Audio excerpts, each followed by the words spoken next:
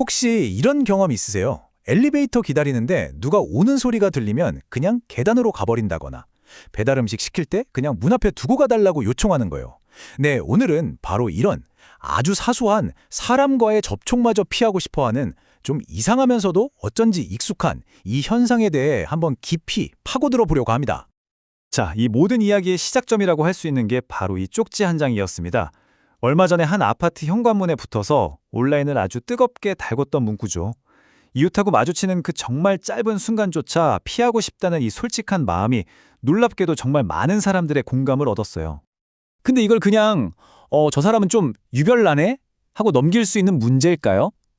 어쩌면 이건 우리가 대면 접촉이라는 것에서 점점 더 멀어지고 있다는 훨씬 더 거대한 사회적 변화를 보여주는 하나의 신호탄 같은 게 아닐까 싶습니다.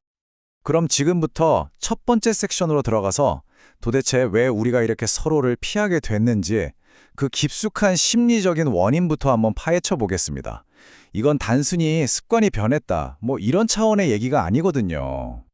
우리가 팬데믹을 겪으면서 우리도 모르게 뇌에 각인된 게 하나 있습니다.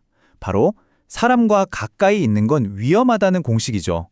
계속 이걸 반복해서 학습하다 보니까 이제는 다른 사람의 존재 자체가 그냥 잠재적인 위협처럼 느껴지고 피하는 게 당연한 보호 본능처럼 되어버린 겁니다.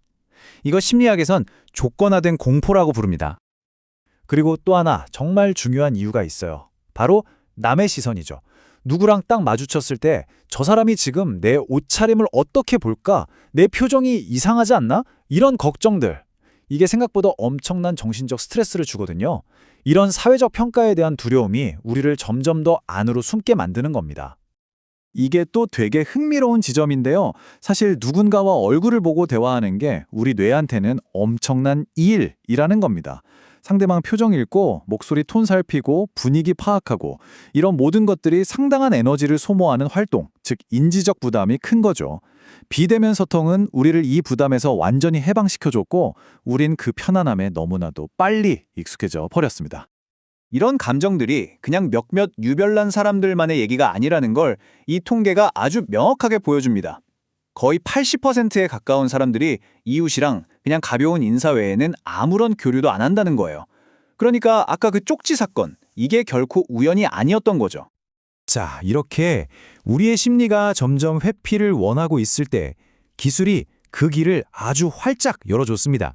이제부터는 기술이 어떻게 우리의 고립을 더 쉽고 더 빠르게 만들었는지 한번 살펴보겠습니다. 옛날이랑 지금 한번 비교해 볼까요? 정말 극명한 차이가 보이죠? 예전에는 은행 일 하나 보려고 해도 무조건 은행에 가서 줄 서고 직원하고 얼굴 보면서 얘기해야 했어요. 근데 지금은 어때요? 그냥 스마트폰 앱 켜서 몇 번 터치하면 끝! 이 과정에서 사람과의 접점은 아예 사라져버렸습니다.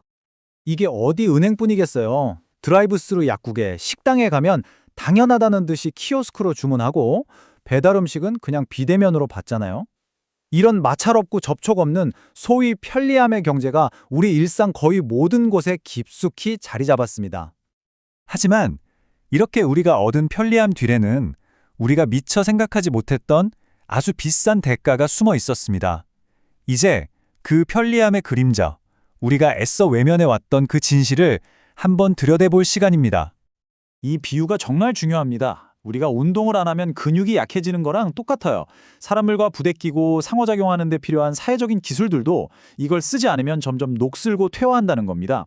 뇌과학에서는 실제로 안 쓰는 신경회로는 정리되는 신경 가지치기 현상이라고 부르기도 하죠. 그럼 어떤 일이 벌어지느냐? 이게 생각보다 심각합니다. 갑작스러운 사회적 상황에 어떻게 대처해야 할지 몰라서 당황하게 되고 상대방의 미묘한 표정 변화를 읽어내고 공감하는 능력도 점점 떨어지게 되는 거죠. 한마디로 우리가 점점 사회적으로 서툴러지고 있다는 뜻입니다. 이 그래프는 정말 충격적인 현실을 보여주고 있습니다. 특히 비대면 환경이 익숙한 젊은 세대들 사이에서 사회 불안장애 진단이 팬데믹을 거치면서 무려 30에서 40%나 급증했다는 보고가 있어요. 이건 더 이상 그냥 낯가림 수준의 문제가 아니라 실제 정신건강의 문제로 나타나고 있다는 거죠. 그리고 이 고립이 가져올 수 있는 가장 극단적이고 비극적인 결과가 바로 고독사입니다.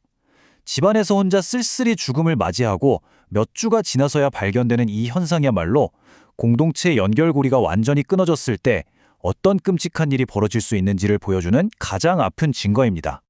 그렇다고 해서 자, 그럼 모든 비대면 기술 다 버리고 옛날로 돌아갑시다. 이렇게 말할 수는 없잖아요. 그렇죠? 그건 불가능한 일일 겁니다. 자, 이제부터는 이 문제의 균형을 어떻게 찾아야 할지 그 해법을 한번 모색해 보겠습니다. 당연히 균형 잡힌 시각이 필요합니다. 비대면 소통이 무조건 나쁜 것만은 아니에요.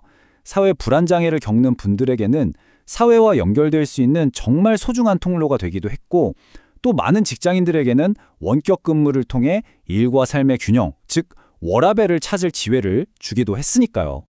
바로 이 지점이 우리가 매일매일 마주하는 핵심 딜레마일 겁니다.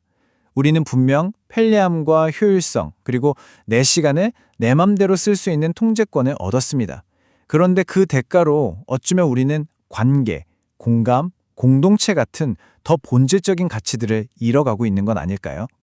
여기서 우리가 기억해야 할 가장 중요한 점은 해결책이 사람들에게 억지로 만나세요 하고 강요하는 게 아니라는 겁니다. 핵심은 비대면이라는 편리한 선택지를 없애는 게 아니라 누구도 원할 때는 안전하게 그리고 자발적으로 다른 사람과 연결될 수 있도록 우리 사회 시스템 자체를 다시 디자인하는 데 있습니다. 이 문장이 지금 현대 사회의 역설을 정말 날카롭게 보여주는 것 같아요. 우리는 아파트라는 공간에서 물리적으로는 그 어느 때보다 서로 가깝게 붙어 살고 있습니다. 하지만 보이지 않는 투명한 벽에 가로막혀서 심리적으로는 세상 그 누구보다 멀리 떨어져 있는 거죠. 오늘 이 이야기의 마지막 질문을 여러분께 던지면서 마무리하려고 합니다. 우리는 과연 편리함이라는 가격표를 위해 어쩌면 우리 인생의 가장 소중한 자산일지도 모르는 인간관계를 지금 팔아넘기고 있는 것은 아닐까요? 이 질문에 대해 한 번쯤 깊이 생각해 보는 시간이 되었으면 합니다.